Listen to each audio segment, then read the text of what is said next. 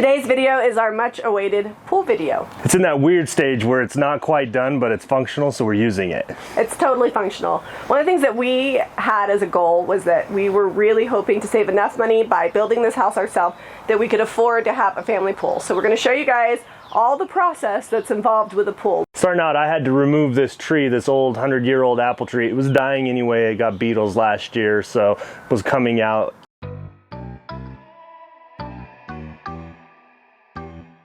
One of the things that I didn't expect was that the yard was going to be completely blown up, but it happened.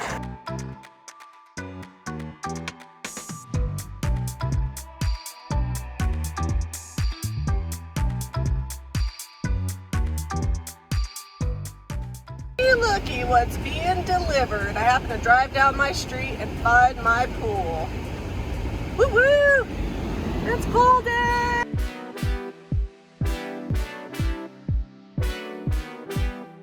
So we went with a fiberglass pool because it happens in 4 to 6 weeks instead of about the year timeline that a gunite pool does up here in Utah. Some places are faster, but that's about what it takes up here just because of construction constraints right now. And because it's a little bit more durable for the winters up here, it doesn't have the frost issues that the gunite pools have.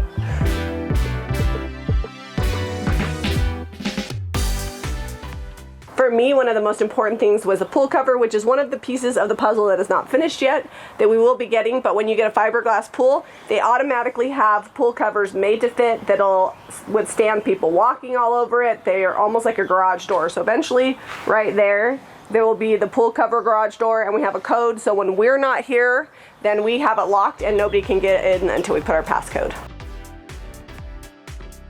Digging was very exciting for the first couple of days, but then, construction.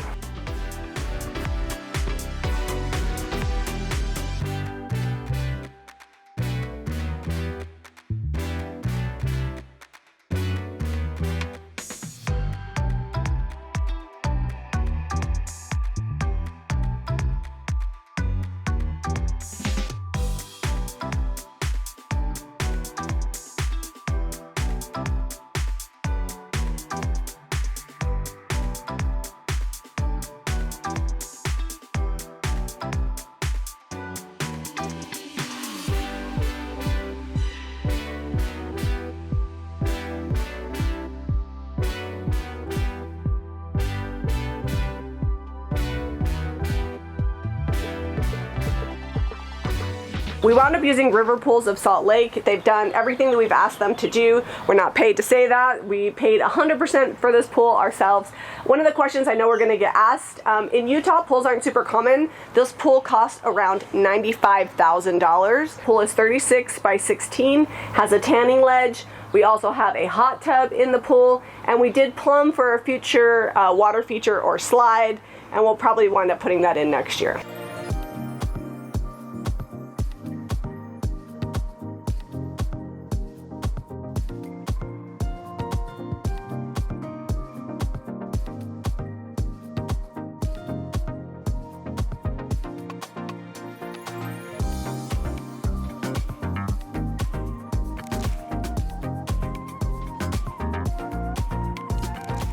So they did offer landscaping, but it was going to be about $5,000 or $6,000 extra to have them come in and do that. So we decided that that was something we could handle ourselves. So we had to put in a little bit of a retaining wall, fix all of the sprinklers, which took a few days, but definitely worth it. I think all in all, we're still right around $1,000 for the retaining wall and sod and sprinkler supplies, pretty close to that. Sod is heavy, and I'm definitely out of DIY shape, but I'm glad that we got it done and it's in. And I also think the nice thing about doing the landscaping ourselves was that it was done fairly quickly as opposed to waiting on contractors. While River Pools has been quick, when you're a DIYer, it is a little painful to see like evenings and weekends taking off when they could be done in half the time if they worked around the clock, kind of like we do.